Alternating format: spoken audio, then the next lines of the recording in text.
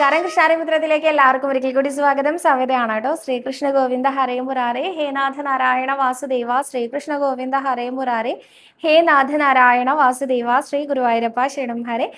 ഇന്നത്തെ സത്സംഗത്തിലേക്ക് എല്ലാവർക്കും ഒരിക്കൽ കൂടി സ്വാഗതം.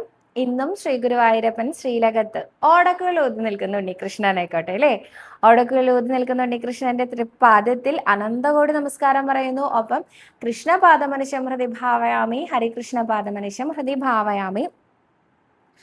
ഇന്ന് നമ്മുടെ പൊന്നുണ്ണി കൃഷ്ണൻ, എനിക്ക് വലിയ വലിയ സന്തോഷമുള്ള കാര്യങ്ങളുണ്ട് കേട്ടോ. ഞാനിത് ഷൂട്ട് ചെയ്യുന്നതിൻ്റെയൊക്കെ അനുബന്ധിച്ച് വരുന്ന അലങ്കാരങ്ങളൊക്കെ അതുപോലെയൊക്കെ തന്നെ ആവാറ് കേട്ടോ.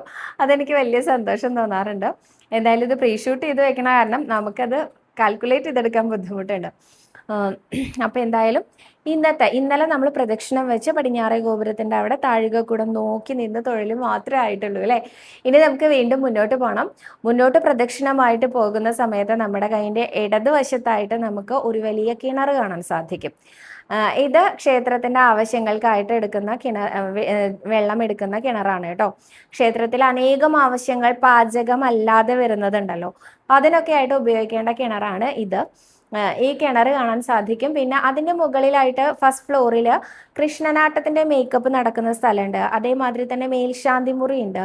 അതുപോലെ തന്നെ ഷോറൂം നടത്തുന്ന സ്ഥലമുണ്ട്. ഇതൊക്കെയാണ് ഫസ്റ്റ് ഫ്ലോറിൽ വരുന്നത്. താഴെ വരുന്നത് ക്ഷേത്രത്തിൻ്റെ പാചക കലവറയാണ് കേട്ടോ. പാചകത്തിൻ്റെ സ്ഥലം, അതുപോലെ കഷ്ണം നുറുക്കുന്ന സ്ഥലം, അതേപോലെ തന്നെ പഴയ ഷീട്ട് കൗണ്ടർ. ഇപ്പോഴും അവിടെ ഷീട്ട് കൗണ്ടർ ഉണ്ട്, പക്ഷെ പ്രസാദ കൗണ്ടർ ഇല്ല. അതുപോലെ ഭഗവാന്റെ അരിയൊക്കെ സൂക്ഷിച്ചു വെക്കുന്ന സ്ഥലം, പിന്നെ പ്രസാദ കിറ്റ് വിതരണം ചെയ്യുന്ന സ്ഥലം, അങ്ങനെയാണ് താഴെ കാണുന്ന ആ ഭാഗം. ഇവിടെയാണ് ഫീഡിംഗ് റൂമും വരുന്നത് കേട്ടോ. ആ ഭാഗങ്ങളൊക്കെയാണ് താഴെ നമുക്ക് കാണാൻ സാധിക്കുക. ഇനി നമ്മൾ വടക്ക് വശത്തേക്കാണ് കേട്ടോ പ്രവേശിക്കുന്നത്. വടക്ക് വശത്തെ വിശേഷങ്ങളാണ് ഞാനിപ്പോൾ പറഞ്ഞത്. വടക്ക് വശത്തേക്ക് പ്രവേശിക്കുമ്പോൾ അത് വേറെ ഒരു അനുഭവമാണ്. അത് എന്താ അനുഭവം എന്ന് ചോദിച്ചാൽ, വർഷങ്ങളായിട്ട് ഗുരുവായൂർ ക്ഷേത്രം എന്ന് പറഞ്ഞാൽ നമുക്ക് ഓർമ്മ വരുന്ന കുറേ കാര്യങ്ങളുണ്ട്. എന്താണെന്നറിയോ, രുദ്രതീർത്ഥ കുളത്തിൻ്റെ ഭാഗം നമുക്ക് എപ്പോഴും ഓർമ്മ വരും. അതിൻ്റെ നടുവിലായിട്ടുള്ള കാളിയമർദ്ദന രൂപം നമുക്ക് ഓർമ്മ വരാറില്ലേ. 3 നില കെട്ടിടം ആയിട്ടുള്ള ആ ഒരു കുളിക്കടവ്, അതും നമുക്ക് ഓർമ്മ വരാറില്ലേ. ഇതേമാതിരി തന്നെ ഭഗവാന്റെ കൊടിമരം, ഭഗവാന്റെ കൂത്തമ്പലം, നാഴികമണി, ഇതൊക്കെ എവിടെയും നമുക്ക് കണ്ണും പൂട്ടി പറയാൻ പറ്റും ഇത് ഗുരുവായൂർ ക്ഷേത്രമാണെന്ന് അല്ലേ. അതേമാതിരി തന്നെ ചുറ്റമ്പലത്തിൽ നമുക്ക് ഏറ്റവും വലിയ സവിശേഷതയായിട്ട് തോന്നുന്നത് വെളുത്ത രൂപത്തിലുള്ള ശില്പങ്ങൾ ഇരുവശത്തായിട്ടുള്ളതാണ്. അതിന് നടുവിലൂടെ നമ്മളിങ്ങനെ പ്രദക്ഷിണമായിട്ട് പോകുന്നത് ഒരിക്കലെങ്കിലും ഓർക്കാത്ത ആൾക്കാരുണ്ടാവില്ല. ഗുരുവായൂർ ക്ഷേത്രത്തിലേക്ക് തൊഴാൻ പ്രവേശിക്കുക എന്ന് പറഞ്ഞാൽ ഇരുവശത്തുള്ള തൂണുകൾ ഓർമ്മ വരാത്ത ആരെങ്കിലും ഉണ്ടോ? ഉണ്ടാവില്ല എന്ന് തന്നെയാണ് എനിക്ക് തോന്നണേ അല്ലേ. അപ്പോൾ ആ ശില്പങ്ങളുടെ പ്രത്യേകത ഒരിക്കൽ ഞാൻ പറഞ്ഞിട്ടുള്ളതാണ് കേട്ടോ, എന്നാലും ഞാൻ ഒന്നും കൂടി പറയാണ്. ആ ശില്പങ്ങളുടെ പ്രത്യേകതയാണ് ഇനി പറയുന്നത്. വെളുത്ത രൂപത്തിലുള്ള ആ കറുത്ത തൂണുകളിലുള്ള വെളുത്ത രൂപത്തിലുള്ള ശില്പങ്ങളിൽ ഏറ്റവും ആദ്യം നമ്മുടെ കൈൻ്റെ വലതുവശത്ത് വരുന്ന ആ തൂണിൽ വരുന്നത് ശ്രീകൃഷ്ണന്റെ രൂപമാണ്. ഭഗവാന്റെ, ഗുരുവായൂരപ്പൻ്റെ, നമ്മുടെ ഉണ്ണികൃഷ്ണന്റെ ഓടക്കുഴലൂതി നിൽക്കുന്ന കൃഷ്ണനാട്ടം വേഷത്തിലുള്ള കൃഷ്ണരൂപമാണ് ഏറ്റവും ആദ്യം. ഇതിനോട് അഭിമുഖമായിട്ട് നമ്മുടെ കൈയിൻ്റെ ഇടതുവശത്തായിട്ട് വരുന്നത് ബലരാമന്റെ രൂപമാണ് കേട്ടോ. അതിൻ്റെ അടുത്ത തൂണിൻ്റെ പ്രത്യേകത എന്താണെന്നറിയോ, അവിടെ വരുന്നത് ശ്രീ ശങ്കരാചാര്യ സ്വാമികളെയാണ് കേട്ടോ ആലേഖനം ചെയ്തു വെച്ചിരിക്കുന്നത്. നേരെ ഇപ്പുറത്തായിട്ട് വരുന്നത് വില്ലുമംഗലം സ്വാമിയാരും. ഈ ശങ്കരാചാര്യരുടെ അഭിമുഖമായിട്ടാണ് വില്ലുമംഗലം സ്വാമിയാർ വരുന്നത്. ഇവിടെ വേറൊരു പ്രത്യേകത കൂടിയുണ്ട്. ഇവിടുത്തെ റൂഫ് ടോപ്പിലേക്ക് നോക്കുകയാണെങ്കിൽ അവിടെ ഒരു ചതുരാകൃതിയിലുള്ള ഒഴിഞ്ഞ ഭാഗം കാണാം. അതായത് റൂഫ് വെക്കാത്ത ഭാഗം കാണാൻ സാധിക്കും. ഈ ഭാഗത്ത് എത്തുന്ന സമയത്ത് ഇന്നും ശിവേലിയുടെ കൊട്ട് ഒരു നിമിഷം നിർത്തി വെക്കാറുണ്ട്. ശങ്കരാചാര്യ സ്വാമികളുടെ അനുസ്മരണാർത്ഥമാണ് അവിടെ അങ്ങനെ ഒരു കൊട്ട് നിർത്തി വെക്കുന്നത്. എന്താ അവിടുത്തെ പ്രത്യേകത എന്ന് ചോദിച്ചാൽ, ആചാര്യസ്വാമികൾക്ക് നിലത്തൂടെ അല്ലാതെ ആകാശമാർഗേണ സഞ്ചരിക്കാനുള്ള ആ ഒരു സിദ്ധി ഉണ്ടായിരുന്നു.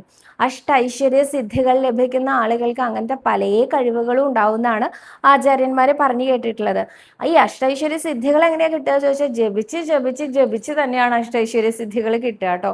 ഈ അഷ്ടൈശ്വര്യ സിദ്ധികൾ ലഭിച്ചിട്ടുണ്ടായിരുന്ന ശങ്കരാചാര്യ സ്വാമികൾ ഒരിക്കൽ ആകാശമാർഗേണ സഞ്ചരിക്കുമ്പോൾ ഗുരുവായൂരപ്പൻ്റെ ക്ഷേത്രത്തിൻ്റെ മുമ്പിലെത്തിയ സമയത്ത് അദ്ദേഹം ഇവിടെ ഇറങ്ങുന്നതിന് പകരം അവിടെ നിന്നുകൊണ്ട് തന്നെ സ്തുതിക്കാൻ തീരുമാനിച്ചു. ഭഗവാന്റെ ശിവേലി നടന്നുകൊണ്ടിരിക്കുന്ന സമയത്ത് ആകാശത്ത് നിന്ന് തന്നെ അദ്ദേഹം സ്തുതിക്കാൻ തുടങ്ങി. ആ സമയത്ത് അദ്ദേഹം സ്തുതിച്ച് മുന്നോട്ട് പോകാൻ നോക്കുമ്പോൾ അദ്ദേഹത്തിന് ഒരടി മുന്നോട്ട് പോകാൻ പറ്റുന്നില്ല. അവിടെ തന്നെ അദ്ദേഹം സ്റ്റെക്കായി. അപ്പൊ അദ്ദേഹത്തിന് മനസ്സിലായി ഭഗവാന്റെ ഇച്ഛ ഞാൻ ഇനി ഇവിടെ നിന്ന് മുന്നോട്ട് പോകണ്ട എന്ന് തന്നെയാണ് എന്ന്. അങ്ങനെ അദ്ദേഹം താഴെ ഇറങ്ങി വന്ന് ഗുരുവായൂരപ്പനെ കണ്ട് തൊഴുത് നമസ്കരിച്ച സ്ഥലമാണ് ഈ ശങ്കരാചാര്യ സ്വാമികളെ അനുസ്മരിക്കുന്ന സ്ഥലം ഇന്നും. പല ആളുകളും പറഞ്ഞു കേട്ടിട്ടുണ്ട് ആചാര്യസ്വാമികൾ വീണ സ്ഥലമാണെന്ന്. അങ്ങനെയൊന്നും ഞാൻ അനുസ്മരിക്കാൻ തയ്യാറല്ല കേട്ടോ. ആചാര്യസ്വാമികൾ വീഴൊന്നുമില്ല.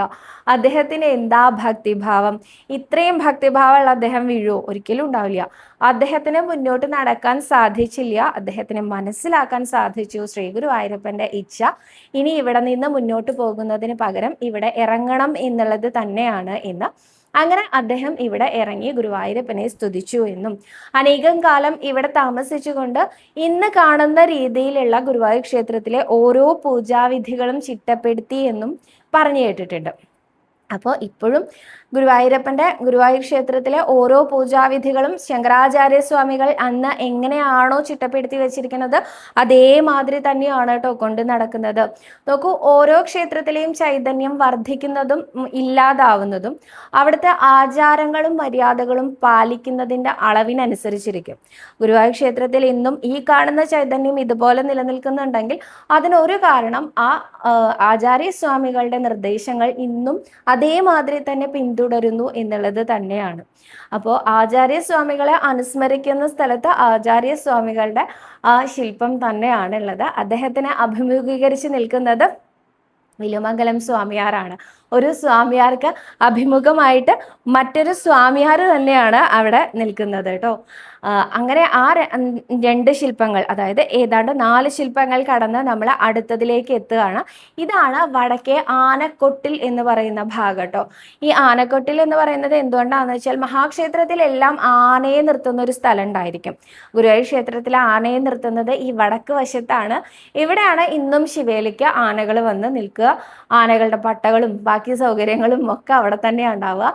ഇവിടെ ഈ കിണറിൻ്റെ തൊട്ടടുത്തായിട്ട് തന്നെ ആനയെ ഒന്ന് ഫ്രഷ് ആക്കാറുണ്ട് കേട്ടോ. ഇടയ്ക്ക് കൊണ്ടുവന്ന് കുറച്ച് നിവേദ്യ ചോറൊക്കെ കൊടുത്തതിന് ശേഷം കുറേ വെള്ളം കുടിക്കാനും കുറച്ച് വെള്ളം തലയിൽ കൂടെ ഒഴിക്കാനും ഒക്കെയുള്ള സൗകര്യമൊക്കെ ഈ വടക്ക് വശത്താണ് ഉള്ളത്. ഇത് മാത്രമല്ല, ഈ ആചാര്യസ്വാമികളുടെ പ്രതിമയുടെ തൊട്ടടുത്തായിട്ട് തന്നെയാണ് രാത്രി കാലങ്ങളിൽ ഇവിടെ കൃഷ്ണനാട്ടം കളി നടക്കാറുള്ളത്. അപ്പോൾ അങ്ങനെ പറയുമ്പോൾ അടുത്ത തൂണിൽ വരുന്ന ആൾക്കാരെയൊക്കെ നമുക്ക് കാണണം. അടുത്തതായിട്ട് മേൽപ്പത്തൂരും പൂന്താനവുമാണ് അഭിമുഖീകരിച്ച് നിൽക്കുന്നത് കേട്ടോ. മേൽപ്പത്തൂരും പൂന്താനവും അഭിമുഖീകരിച്ച് നിൽക്കുക എന്ന് പറഞ്ഞാൽ എന്താ അർത്ഥം?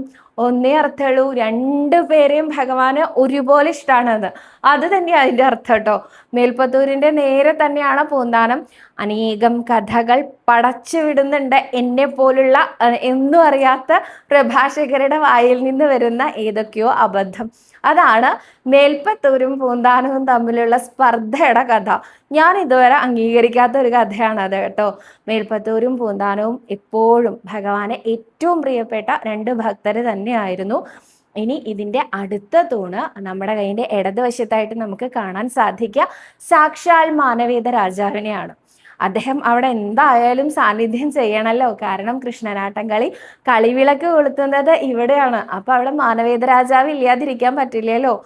അപ്പോൾ കൃഷ്ണനാട്ടത്തിൻ്റെ ഓരോ പദങ്ങളും ഇന്നും ആ രാത്രി കാലങ്ങളിൽ കൃഷ്ണനാട്ടം കളി നടക്കുന്ന സമയത്ത് മാനവേദ രാജാവ് എഴുന്നള്ളി നിന്ന് കാണുന്നുണ്ടാവും തന്നെയാണ് എനിക്ക് തോന്നാറുള്ളത് കേട്ടോ. അതിൻ്റെ മാനവേദ രാജാവിൻ്റെ ശില്പത്തിൻ്റെ നേരെ ഓപ്പോസിറ്റ് ആയിട്ട് കാണുക ക്ഷേത്രപാലനെയാണ്. അതിൻ്റെ അടുത്ത തൂണിലും ദ്വാരപാലകരെയാണ് 2 തൂണുകളിലായിട്ട് കാണാൻ സാധിക്കുക. അപ്പോൾ നമ്മളിപ്പോൾ വന്നിരിക്കുന്നത് ആ ഒരു വടക്ക് വശത്തിൻ്റെ പകുതി വരെയും എത്തിയിട്ടുണ്ട്. അവിടെ ചന്ദനപ്രസാദം കൊടുക്കുന്ന സ്ഥലം കാണാൻ സാധിക്കും കേട്ടോ. അതായത് രാവിലെ മുതൽ തീർത്ഥവും ചന്ദനവും നമ്മൾ ഭക്തജനങ്ങൾക്കായിട്ട് ലഭിക്കുന്ന സ്ഥലമാണ് അവിടെ കാണാൻ സാധിക്കുക. അവിടെ പോയി കഴിഞ്ഞാൽ രാവിലെ നമുക്ക് നേരത്തെ പോയി തൊഴുന്ന ആളുകൾക്ക് വാഗച്ചാർത്തും അതുപോലെ തന്നെ എണ്ണാഭിഷേകത്തിൻ്റെ എണ്ണയും തീർത്ഥവും മണിക്കിണറിലെ വെള്ളവും അതാണ് തീർത്ഥം, ഇതെല്ലാം കൂടെ ചേർന്നിട്ട് എന്താ പറയുക അത്രയും സ്വാദുള്ള ഒരു തീർത്ഥം അത് രാവിലെ സേവിക്കാൻ പറ്റും കേട്ടോ. ഒപ്പം തന്നെ നമുക്ക് ചന്ദനം കിട്ടും, ആടിയ എണ്ണ ഒരു ലേശം കിട്ടും. ഇതൊക്കെ രാവിലെ നേരത്തെ പോണ ആൾക്കാർക്കാണ്. പിന്നെ പോണ ആൾക്കാർക്ക് സാധാരണ തീർത്ഥം തന്നെയാണ് കിട്ടുക. ഒപ്പം ചന്ദന പ്രസാദവും നമുക്ക് കിട്ടും. ഭഗവാന്റെ ചന്ദനാണ്, ഭഗവാനെ ചാർത്തിയ ചന്ദനാണ്. ഭഗവാൻ ഉപയോഗിച്ച ചന്ദനാണ്, അതാണ് നമുക്ക് പ്രസാദമായിട്ട് കിട്ടുക. അത് തൊടാനായിട്ട് ഉപയോഗിക്കാം. ഒട്ടും വേസ്റ്റ് ആക്കരുത് കേട്ടോ. അങ്ങനെ വാങ്ങുന്ന ചന്ദനം എന്താ മുഴുവനായിട്ടും തൊട്ടോളൂ. ബാക്കി വരുന്നത് കഴുത്തിലും തലയിലും ഒക്കെ ശിരസിലും ഒക്കെ തൊടാം. ഞാനൊക്കെ കഴിക്കുക ചെയ്യാറ്. എല്ലാവർക്കും അത് ഇഷ്ടമായിക്കൊള്ളണം എന്നില്ല. പറ്റാവുന്നവർ അങ്ങനെയും സ്വീകരിച്ചോളൂ. അങ്ങനെ നമ്മളിതാ ആ ഒരു ചന്ദനപ്രസാദം വാങ്ങുന്ന ആ ഒരു ഇടത്തിലേക്ക് കൂടി എത്തിയിട്ടുണ്ട്. ഇവിടെ നിന്നാണ് നമുക്ക് അകത്തേക്ക്, അതായത് നമ്മുടെ കൈൻ്റെ വലതുവശത്ത് നാലമ്പലത്തിനകത്ത് നിന്ന് പുറത്തേക്ക് വരുന്ന ഭക്തജനങ്ങളെ കാണാൻ പറ്റിയ ഇവിടെ നിന്നുകൊണ്ടാണ് കേട്ടോ. ഇവിടെ നിന്ന് നമുക്ക് ഒന്ന് നാലമ്പലത്തിനകത്തേക്ക് നോക്കി ഒന്ന് തൊഴുകയും കൂടി ചെയ്യാം. അപ്പം നമ്മുടെ പ്രദക്ഷിണം ഇന്ന് 1/4 ഭാഗം വരെ എത്തിയിട്ടുണ്ട് കേട്ടോ. ഇവിടെ വെച്ച് ഇന്നത്തെ ഈ ഒരു വീഡിയോ ഞാൻ അവസാനിപ്പിക്കുകയാണ്. നാളെ നമുക്ക് ഈ പ്രദക്ഷിണം കംപ്ലീറ്റ് ചെയ്യേണ്ടതാണ്. അപ്പോൾ നാളെ കാണാമെന്ന് വിചാരിക്കുന്നു. സർവരോഗ വിനാശന, സർവപാപ വിനാശന, സർവദുഃഖ വിനാശന, സർവസൗഖ്യപ്രദായക ശ്രീ ഗുരുവായൂരപ്പ ശരണം. ഹരി.